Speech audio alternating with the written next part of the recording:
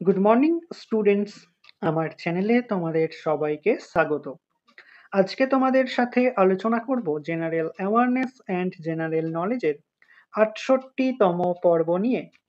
তো আগের পর্বগুলির মতোই আজকের পর্বটিও খুবই গুরুত্বপূর্ণ হতে চলেছে, বিশেষ করে যারা কেপি কনস্টেবল এবং ডাব্লিউবিপি কনস্টেবল পরীক্ষা দিচ্ছ 2024-এ।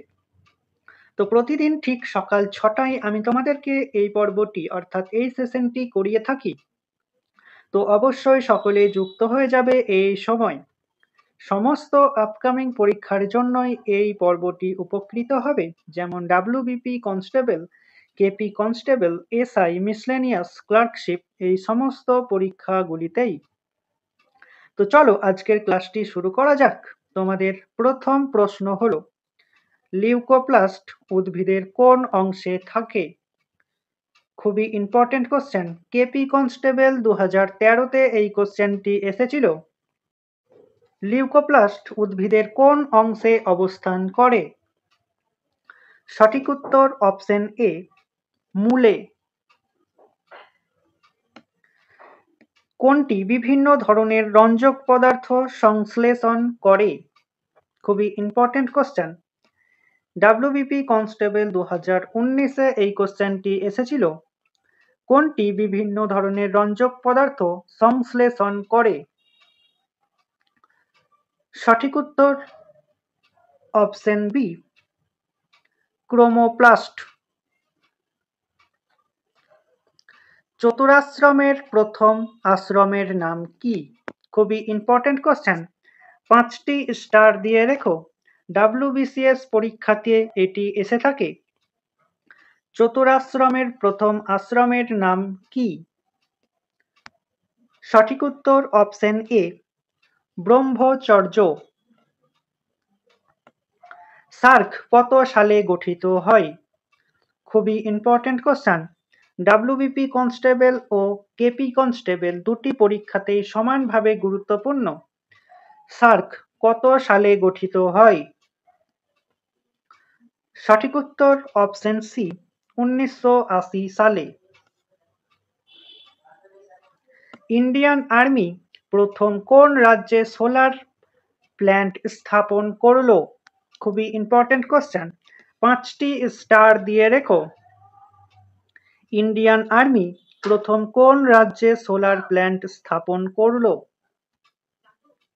সঠিক উত্তর অপশন ডি, সিকিম। পৃথিবীর বৃহত্তম উপহ্রদ কোনটি?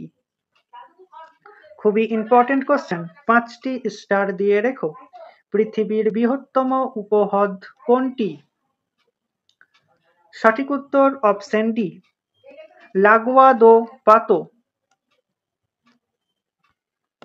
বাল্মীকি ব্যাঘ্র প্রকল্প কোন রাজ্যে অবস্থিত? খুবই ইম্পর্টেন্ট কোশ্চেন। কেপি কনস্টেবল 2005-এ এই কোশ্চেনটি এসেছিল। বাল্মীকি ব্যাঘ্র প্রকল্প কোন রাজ্যে অবস্থিত? সঠিক উত্তর অপশন বি, ঝাড়খণ্ডে। কোন গভর্নর জেনারেল ভারতের প্রথম ডাকটিকিট প্রচলন করেছিলেন? ডাব্লিউবিসিএস-এ এই কোশ্চেনটি আসে। কোন গভর্নর জেনারেল ভারতের প্রথম ডাকটিকিট প্রচলন করেছিলেন? সঠিক উত্তর অপশন এ, লর্ড ডালহৌসি। কে দিল্লিতে জামা মসজিদ তৈরি করেছিলেন? খুবই ইম্পর্টেন্ট কোশ্চেন। 5টি স্টার দিয়ে রেখো। কে দিল্লিতে জামা মসজিদ তৈরি করেছিলেন? সঠিক উত্তর অপশন সি, শাহজাহান। একমাত্র রানী যিনি দিল্লির সিংহাসনে বসেন তিনি কে? খুবই ইম্পর্টেন্ট কোশ্চেন। ডাব্লিউবিপি কনস্টেবল 2020-তে এই কোশ্চেনটি এসেছিল। একমাত্র রানী যিনি দিল্লির সিংহাসনে বসেন তিনি কে?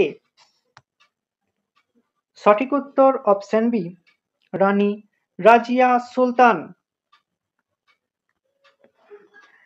লাইট ইয়ার হলো কিসের ইউনিট? 5টি স্টার দিয়ে রেখো। লাইট ইয়ার হলো কিসের ইউনিট? সঠিক উত্তর অপশন বি, দূরত্বের ইউনিট লাইট ইয়ার। মহাভারত অনুযায়ী অভিমন্যুর মা কে ছিলেন? খুবই ইম্পর্টেন্ট কোশ্চেন। মহাভারত অনুযায়ী অভিমন্যুর মা কে ছিলেন? সঠিক উত্তর অপশন এ, সুভদ্রা। সাম্প্রতিক প্রয়াত পণ্ডিত দেবব্রত চৌধুরী কোন বাদ্যযন্ত্রের সঙ্গে যুক্ত ছিলেন? খুবই ইম্পর্টেন্ট কোশ্চেন। সাম্প্রতিক প্রয়াত পণ্ডিত দেবব্রত চৌধুরী কোন বাদ্যযন্ত্রের সাথে যুক্ত ছিলেন? সঠিক উত্তর অপশন বি, সেতার। ভারতের একমাত্র রাজ্য যারা কেশর তৈরি করে সেটি হল? ভারতের একমাত্র রাজ্য যারা কেশর তৈরি করে? সঠিক উত্তর অপশন ডি, জম্মু ও কাশ্মীর। শনি গ্রহের বলয় সংখ্যা কয়টি? খুবই ইম্পর্টেন্ট কোশ্চেন। 5টি স্টার দিয়ে রেখো। শনি গ্রহের বলয় সংখ্যা কয়টি? সঠিক উত্তর অপশন বি, মোট 7টি।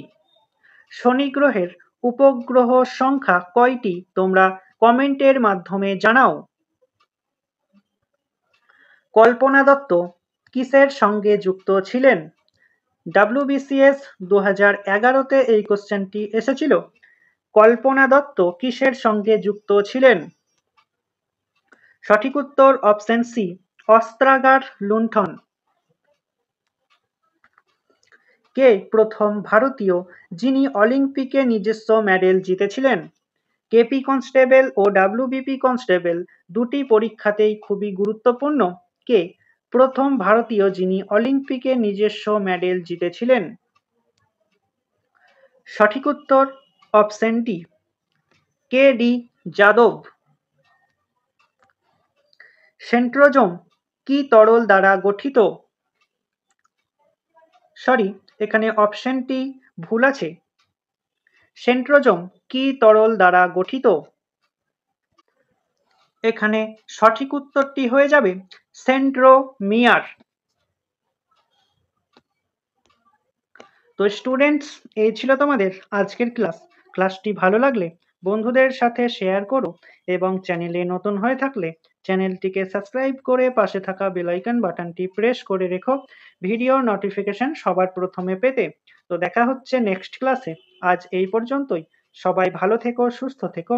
জয় হিন্দ, জয় ভারত।